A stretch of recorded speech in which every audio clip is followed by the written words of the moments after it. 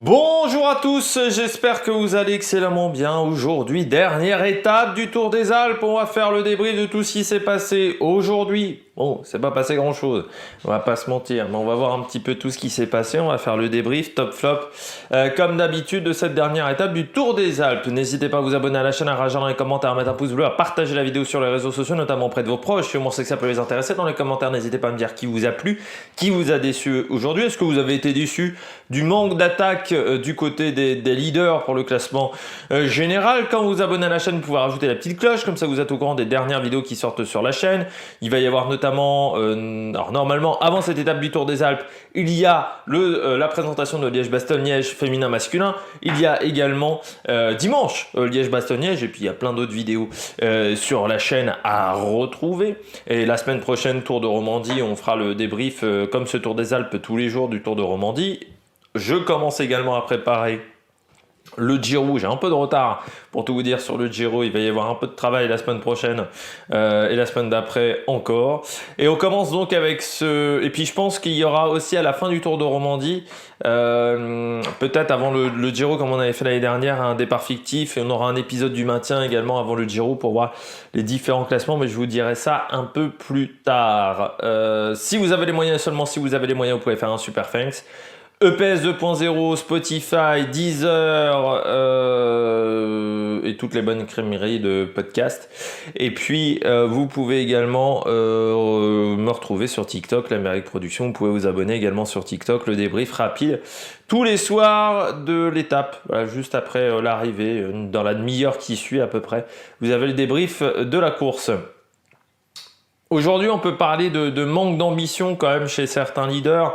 Manque d'ambition parce qu'on pouvait s'attendre quand même à quelque chose d'autre. Quand on voyait qu'on avait une montée de 6 km avec d'énormes pourcentages, hein, c'était plus de 10% je crois de moyenne sur ces 6 km. Alors certes, la montée était pas à l'arrivée, mais bon, on pouvait quand même tenter des choses, je pense, aujourd'hui. Il y a vraiment eu un manque d'ambition. Alors le début de journée a été animé. Tout ce qui n'a pas été filmé, ça a été animé. Et puis ensuite, on a laissé partir un gros groupe, 23 coureurs, et derrière, bon, on s'est un peu endormi. Enfin, c'est pas passé grand-chose. Au final, moi, je m'attendais à une bagarre entre leaders. Hier, on n'en avait pas eu. Je me suis dit, tout le monde s'est réservé pour aujourd'hui. Et puis aujourd'hui, on accouche d'une souris. En fait, il n'y a pas eu de changement dans le top 10. Vraiment, il n'y a aucune modification. Dans le peloton, on arrive, je crois, je regarde 4,28, les coureurs à 4,28. Oui, il y en a une bonne vingtaine qui sont dans le groupe des leaders. En fait, il n'y a pas vraiment de surprise aujourd'hui. Voilà, tous les meilleurs étaient devant. Il n'y a pas vraiment de coureurs qui ont fait d'écart. C'est un peu dommage parce que je pense qu'il y avait pas mal de choses à faire du côté de Brunico dans ce circuit final avec cette difficulté qui était vraiment pas évidente. Bon, il n'y a pas grand monde qui a testé, qui a voulu tenter des choses. Et ça, je trouve ça un petit peu triste. Et puis aujourd'hui, un grand numéro de Simon Carr qui vraiment a confirmé enfin, j'ai envie de dire, Simon Carr, ce qu'on avait vu en lui à l'époque de La Pomme Marseille, enfin de Delco La Pomme Marseille. C'est un coureur qui était très prometteur chez les juniors, chez les espoirs. Et puis, quand il est arrivé chez EF, il ne s'est pas passé grand-chose au final. Et enfin un grand numéro de Simon Carr, mais qui a fait une bonne semaine, parce qu'on l'avait déjà vu en échappée. J'avais failli le mettre dans les tops, même un soir où il avait pris l'échappée. C'était le premier jour même, je ne sais plus, dans ce Tour des Alpes. Mais c'est dommage que il n'y a pas eu d'attaque entre les leaders aujourd'hui, parce que c'est une course où on peut prendre des risques, parce que c'est une Pro Series. C'est pas, le vainqueur aujourd'hui de cette course, il prend 200 points. Pas si exceptionnel que ça. Grosso modo, entre finir 5e pour Fortunato ou finir 9, ça faisait pas énormément de différence en termes de points. Je pense qu'on aurait pu tenter des choses chez EF notamment, chez Fortunato, chez Buitrago peut-être. On s'est un peu contenté de ce qu'on avait en termes de résultats. Bon, c'est un peu triste, je trouve, pour ces différentes équipes. On regarde tout de suite les coureurs au top. Attaque de Marlou! Du côté des coureurs au top, je commence avec Simon Kerr ou Simon Carr, ça dépend que si on prononce à la française ou à la galloise. Simon Kerr, parce qu'il est à double.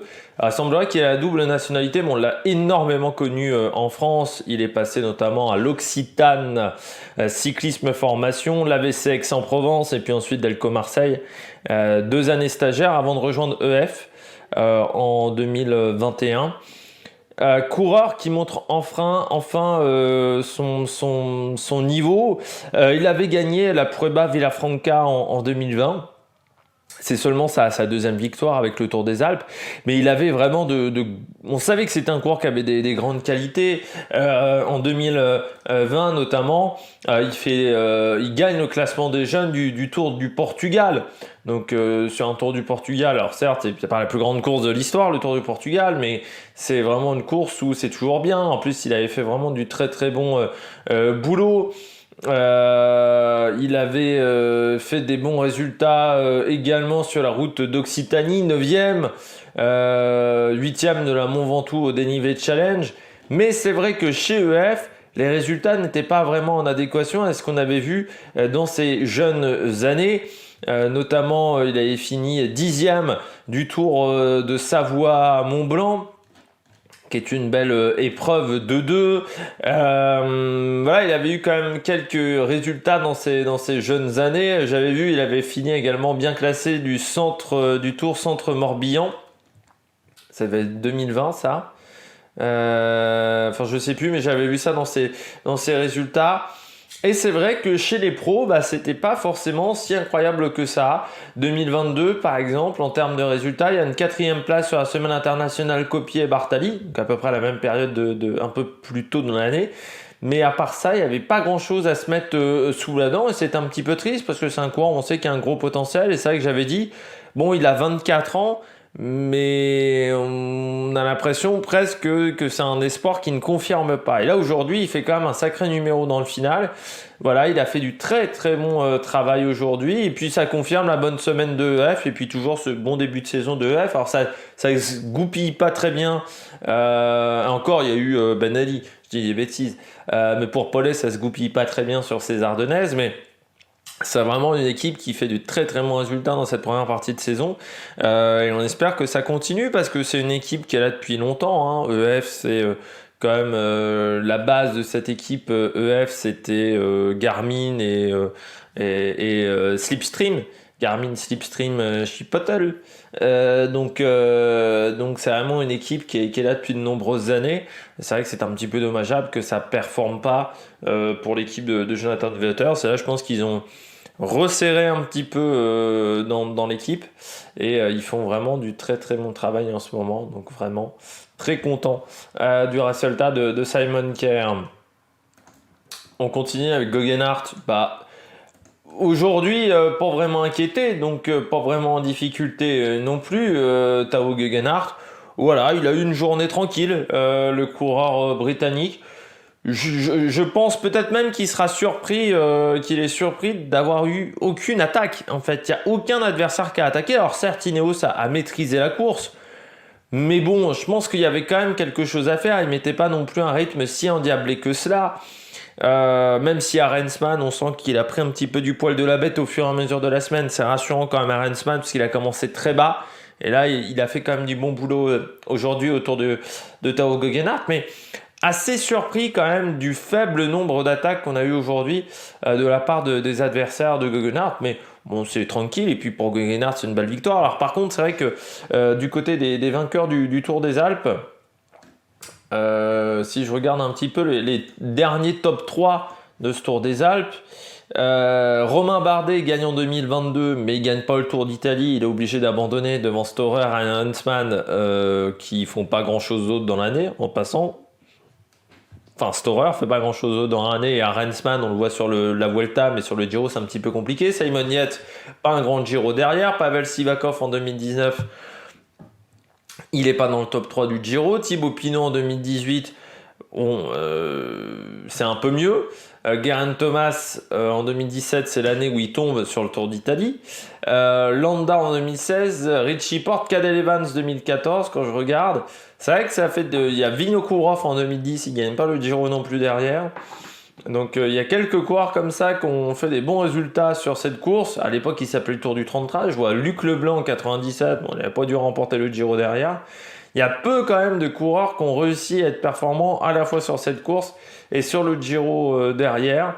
Donc c'est pas toujours signe de réussite ces dernières années de gagner sur le Tour des Alpes et ensuite d'avoir de très bons résultats sur le Tour d'Italie. Donc on espère que cette malchance va peut-être s'arrêter pour Geoghenaert parce qu'il a une équipe solide et c'est quand même un coureur intéressant pour le prochain Giro. Et puis je termine avec Coulset, jeune coureur. Pierre Carré en a fait la promotion pendant toute cette étape en avant-course avec Claire Briconne, pardon. J'oublie tout le temps son nom à Claire Briconne, c'est terrible. Mais Coulset, belle journée aujourd'hui pour le coureur norvégien avec cette 5e place. Deuxième du classement des jeunes, hein, il est passé devant Riccitello au départ, juste derrière Max Poole. Ça se joue même je pense, à pas grand-chose. Je n'ai pas vérifié du côté du classement des jeunes. Ça se joue à 1,18, voilà, hein, donc pas une si grande marge que ça pour Max Poole au final. Il remonte au niveau du classement général, Coulset 14e, donc c'est bien un top 15. Encore une fois, il a 19 ans seulement. Hein. On est un coureur qui est dans l'équipe de développement d'Uno X, hein, il n'est même pas dans l'équipe 1 d'Uno X. Donc c'est vraiment du bon boulot qu'il a réalisé. Et c'est lui qui a fait Centre Morbihan. C'est Coulset, pardon, j'ai confondu avec Simon Carr. C'est pas Simon Carr, c'est Coulset qui a fait 3e du trophée Centre Morbihan, 3e du classement de la montagne de la course de la paix junior l'année dernière, 2e du Tour du Pays de Vaud, 12e de la LVM Saarland Trofeo, 12e des championnats d'Europe junior, 15e de l'Imbugé Val-Romé Tour, également 18e du Grand Prix Rubiland. Il avait abandonné sur la course sur route des championnats du monde. Puis 43e de la Philippe Gilbert Junior. Et puis ici, je prends sa première saison. En 2021, il avait fini meilleur jeune du Giro della Lugana et 12e du général de cette même course. Donc voilà, c'est un coureur qui est assez prometteur. Alors, il a un contrat jusqu'en 2027 avec Uno X. Hein. Ça fait partie des contrats très longue durée. Oui, c'est un jeune coureur qui est prometteur. Alors, parfois, c'est compliqué de passer de jeune coureur prometteur à vraiment jeune, à coureur performant, mais on sent qu'il est dans ce travail d'Uno X d'améliorer l'équipe pour pourquoi pas à un moment avoir un vainqueur potentiel de 2 grands tours. Lui, il a le profil, hein, très clairement. Donc, une année dans l'équipe développement et puis ensuite, il a un contrat de 4 ans avec l'équipe 1 de Uno X. Donc, à partir de l'année prochaine, 2024, il sera dans l'équipe 1 de Uno X donc pour ses 20 ans. On regarde tout de suite au bonnet d'âne. Premier bonnet d'âne du jour, c'est la G2R, hein, 4 coureurs dans l'échappée. Mais avant de dramer, on sait que c'est pas forcément... Enfin là, il y avait des bons coureurs en montagne. C'est vrai qu'avec Simon Kerr, même avec Lipovitz, par exemple, l'Allemand, ou même avec Geoffrey Bouchard dans son équipe, ça aurait été compliqué. Moi, je suis un peu plus surpris. Bon, c'est Bouchard et Van Dramé parce que les deux se prennent 2,40 et 3 minutes à l'arrivée. Par rapport à un coureur comme Simon Kerr, alors Geoffrey Bouchard, on a vu en difficulté pendant toute la semaine. Je pense qu'il était plutôt prévu qu'il soit lieutenant de Félix Gall et ça s'est pas vraiment goupillé comme ça, voire peut-être que c'était prévu qu'il joue le général de cette course. Pareil Peintre, Valentin, pareil Peintre, on voit que c'est encore un coureur qui est un peu tendre à ce niveau-là. Hein. 22 ans, hein, il est de 2001, c'est sa 2e saison dans le team Citroën, mais c'est encore un peu tendre, quoi. Il manque encore un peu de niveau. 21 ans, c'est encore 22 ans, c'est encore très jeune. Voilà, il manque encore un petit peu de niveau à cet échelon-là au niveau international. Et ce qui fait que du côté des G2R, malgré 4 éléments à l'avant, le premier coureur c'est Geoffrey Bouchard. Donc on s'est un peu raté, on est tombé sur plus fort, surtout. C'est pas... Voilà, Coulset était plus fort. il finit 5e de l'étape. Lipovic et Fabro étaient plus forts également. Stenhoser et Simon Kier étaient plus forts. Donc voilà, pas grand chose à dire, hein. Ils sont tombés sur des coureurs qui allaient plus vite qu'eux. Et sur une étape comme aujourd'hui, Nicolas Prudhomme avait fait beaucoup d'efforts en début de journée. Pourtant, il s'est sacrifié, un Prudhomme, mais ça n'a pas suffi. C'est dommage pour les coureurs AG2R. Je continue avec Vlasov. Pourquoi je mets Vlasov aujourd'hui? Parce qu'il a décidé d'abandonner la course pour aller sur Liège. Et moi, je trouve que c'est pas cool. C'est pas cool, hein, comme ça. C'est pas cool. Pour les organisateurs. Ouais, parce que abandonner pour aller sur une autre course, moi je trouve que ça devrait pas être autorisé. On doit abandonner parce qu'on est hors de forme, enfin ne pas prendre le départ d'une étape parce qu'on est hors de forme ou parce que la veille on est tombé et qu'on s'est fait mal. Mais là, décider de participer à une autre course dimanche et de se dire pour avoir un peu plus de jours de récup, j'abandonne la course le vendredi. Moi, je trouve pas ça sympa pour les organisateurs, puisque les organisateurs se démêlent pour avoir les meilleurs coureurs. Vlasov fait partie des meilleurs coureurs au départ. Bon voilà, le mec abandonne au bout de 4 jours. En plus, il est dans le top 10 du général. Je trouve que c'est pas très respectueux envers les organisateurs, juste pour avoir un jour de récup en plus pour Liège. Donc tu vas dire, entre un jour ou 2 jours de récup, c'est toujours pas foufou hein, de faire l'enchaînement Tour des Alpes derrière Liège. Mais voilà, je trouve pas ça très respectueux des organisateurs, donc c'est pour ça que je l'ai mis en flop. Et puis les autres adversaires, c'est vrai qu'aujourd'hui, c'est une course où c'est une Pro Series. Je pense que certaines équipes World Tour auraient pu prendre plus de risques pour tenter de renverser le général. Encore une fois, hein, Hugh Carty était à 22 secondes, Jack Haig était à 28. Cepeda 36, Fortunato était à 38 et Kemna était à 45. Je pense qu'il y avait des possibilités pour ces 5 coureurs que je viens de citer de tenter d'inverser la tendance, de tenter de renverser la situation. Bon, ils n'ont pas voulu. C'est triste pour eux parce que gagner le Tour des Alpes, c'est quand même pas mal dans une carrière. Et je pense que c'est une course où on peut prendre des risques parce qu'au niveau point UCI, encore une fois, entre finir 3e et finir 7e derrière Sivakov, tu passes de 125 à 60 points. Bon, 60 points d'écart, c'est pas une victoire sur une étape de grand tour. Donc, je pense qu'on aurait pu prendre le risque. Mais bon, les coureurs en ont décidé. Autrement, c'est bien triste. On n'a pas eu la même course que l'année dernière. Cette dernière étape du Tour des Alpes en 2022, où là, ça avait été vraiment un grand festival où un Romain Bardet avait pris des risques. Un Thibaut Pinot était parti dans l'échappée. Ça avait été une très belle journée pour les Français. Là, on a été beaucoup plus discret sur cette course. Eh bien, j'espère que vous avez aimé cette vidéo. Donc, présentation de Liège, débrief de Liège, le Tour de Romandie. La semaine prochaine, le programme qui va suivre sur la chaîne. Il y aura également la présentation du Grand Prix d'Azerbaïdjan en Formule 1 et du Grand Prix d'Espagne du côté de la moto. N'hésitez pas à vous abonner à la chaîne, à réagir dans les commentaires, à mettre un pouce bleu. Donc, nous, on se retrouve dimanche pour Liège et mardi soir pour le Tour de Romandie. Allez, ciao ciao sur l'Amérique Production.